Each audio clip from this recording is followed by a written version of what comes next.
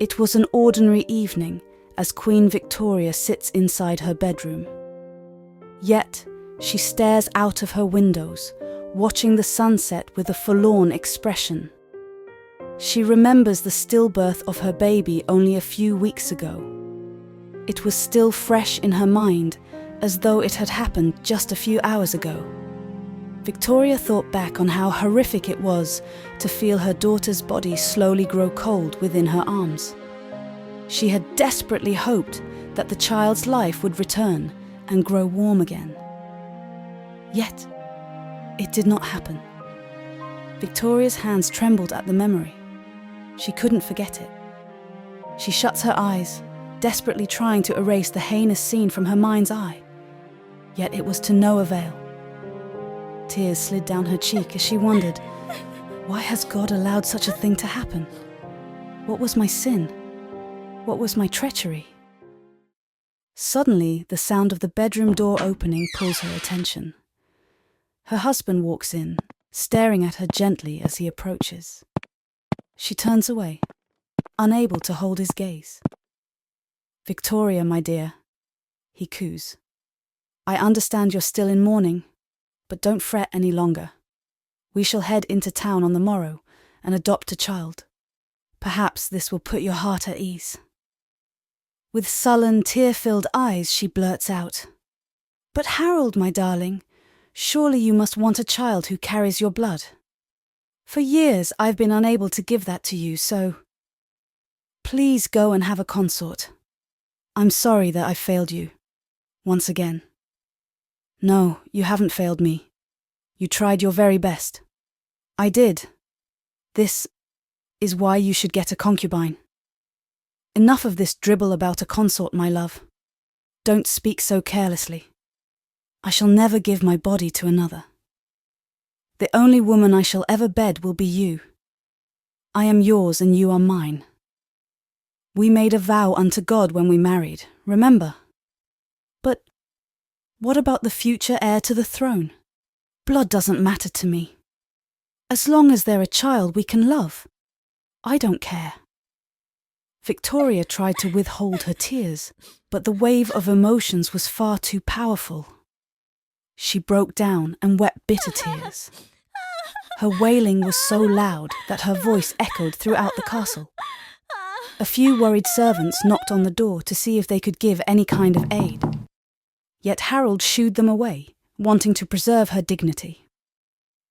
Why has God left me?" "Shh, shh, my love," he whispered. "God hasn't left you. Everything will be all right." Harold was by her side throughout her episode of distraught and soothed her gently until she finally fell asleep. The next day swiftly came. The town was bustling with noise and excitement as people went on about their day. A young girl named Esther watched the scene behind a window on the second floor of a large orphanage building. She loved to watch people. It was because this was the only fun she was ever allowed to enjoy behind these walls. Esther's parents both died when she was 5 years old due to fever.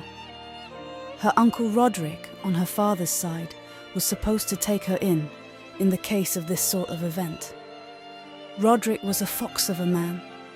He took her in, but only for a few weeks, feigning that she was too difficult to handle and other such lies. The reports were documented, and Esther was taken away. He did this to keep his brother's will money, while also not needing to keep the girl due to uncontrollable circumstances. It's been 5 years since that happened. Pouting, Esther prays to God and asks, "When will it be my turn, God? It's always someone else's turn." Suddenly, a fancy carriage pulls up. A man steps out, and then his wife.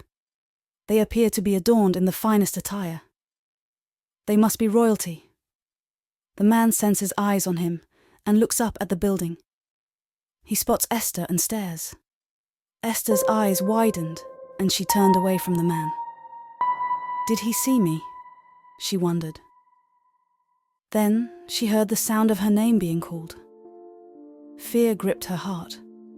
She dreaded being called by the old grouchy man. His name was Bill, and he was the head of the orphanage. She quickly ran down the stairs and made it in front of him. "Took you long enough," he fumed. "I was calling you for ages." I'm sorry, Mr. Bill. I was looking outside and..." "Shut up. I don't care for your excuses. Now, there are some very important folks coming here to adopt. I don't want you around to embarrass me. Now take the cleaning supplies and clean the whole upstairs. You stay there and don't you dare come down unless I tell you to." "I don't mean to be disrespectful, but how come you always tell me to clean when people come looking to adopt? How will I be adopted if the adults don't see me?" "You Jezebel loudmouth. If you talk back to me again, it'll be my hand against your face. You hear me?" "Yes, sir. I'm sorry," he scoffed. "You want these adults to see you so bad, but just look at you. Who would want you? Not even your own family members wanted to keep you after your parents died. You've been here longer than any of the other kids, and it's for a reason. You're a curse. Now do as I've instructed." His voice was stern. "Yes, Mr. Bill." Esther relented. It wasn't worth it to argue with him further. A rapping on the door was heard. Bill answered it with a bright smile and invited the king and queen inside. He acted as their friendly tour guide and showed them around the orphanage. He even took them out to the field where all the children were playing. Some ran around, chasing each other, and others simply talked and joked around. Bill also explained to them that the orphanage had no infants, but the king and queen didn't mind. Victoria was pleased with what she saw and went to her husband. She told him that she was ready to choose a child. He smiled at her and agreed. Bill lined up all the children and grinned gleefully to himself. Yet, King Harold seemed unsure about something. "Is this all the children you have?" he asked. "Yes, that's all of them," Bill said, his voice drenched with excitement. "How come I saw a young girl staring out of the second-floor window? I don't see that young girl in this line. Where is she?" A cold sweat struck Bill, and his heart palpitated. Are you sure you saw such a girl?" "Yes, I'm sure. She couldn't have been older than 10 years old. The girl also had 2 pigtails." "Ah, yes," he stuttered. "I believe I know who you're talking about. But my king, I requested for me and my wife to be shown all of the children here.